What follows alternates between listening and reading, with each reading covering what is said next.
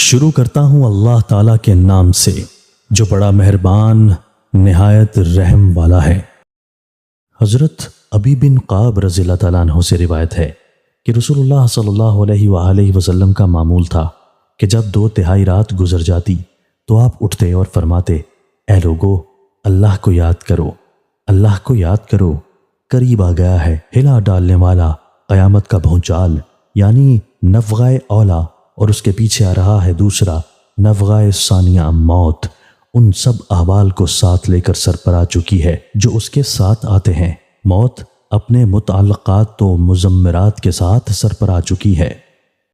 حضرت مقداد بن اسود رضی اللہ تعالیٰ عنہ سے روایت ہے کہ میں نے رسول اللہ صلی اللہ علیہ وآلہ وسلم سے خود سنا، آپ فرما رہے تھے کہ یقیناً وہ بندہ نیک بخت اور خوش نصیب ہے جو فتنوں سے محفوظ رکھا گیا، وہ بندہ نیک بخت و خوش نصیب ہیں جو فتنوں سے دور رکھا گیا، وہ بندہ نیک بخت اور خوش نصیب ہیں جو فتنوں سے الگ رکھا گیا، اور جو بندہ مبتلا ہو گیا اور وہ صابر اور ثابت قدم رہا تو اس کا کیا کہنا، اس کو شاباش اور مبارکباد۔ دوستو، اللہ تعالی ہمیں ان احادیث مبارکہ پر عمل کرنے اور اپنی زندگیوں کو سنوارنے کی توفیق عطا فرمائے۔